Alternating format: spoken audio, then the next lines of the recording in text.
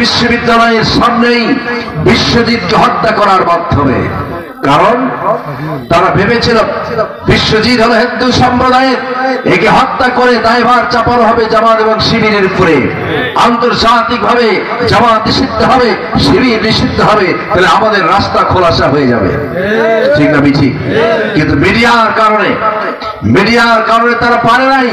পরবর্তীতে যখন video footage বের করা হয়, তাদের তালিকা যখন জগন্নাথ বিশ্ববিদ্যালয় থেকে বের করা হয়, তখন দেখা যায় যে তারা ছাত্রলীগের সক্রিয় সদস্য।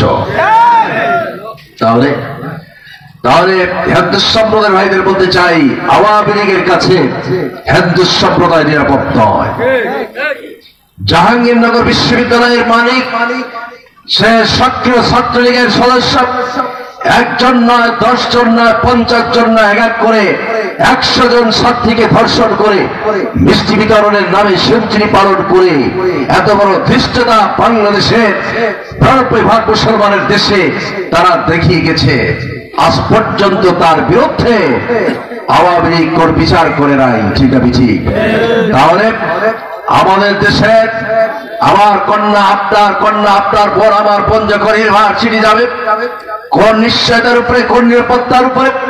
তার মানে আওয়ামী লীগের কাছে এদেশের মহিলা এবং ছাত্রীরা নিরাপদ ছিল না।